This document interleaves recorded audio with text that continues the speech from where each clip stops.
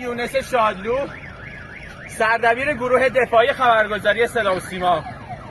در این چند سال در تمام عملیات‌های وعده صادق جلوه اقتدار ایران و شکست هیمنه رژیم صهیونیستی رو به تصویر کشیدیم.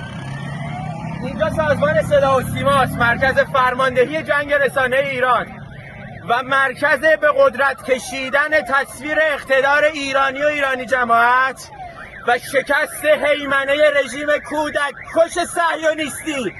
من نمیدونم چند تا از همکارام داخل بودن. من طبقه اول بودم بمباران شد. نمیدونم چند تا از همکارام شهید شدن. نمیدونم چند نفر مجروح شدن. گفته بودن تخلیه کنیم منطقه اسرا، اما همه تا آخرین لحظه وایسن تا تصویر اقتدار ایران رو به جهان نشون بدن، چیزی که رژیم صهیونیستی نمیخواد.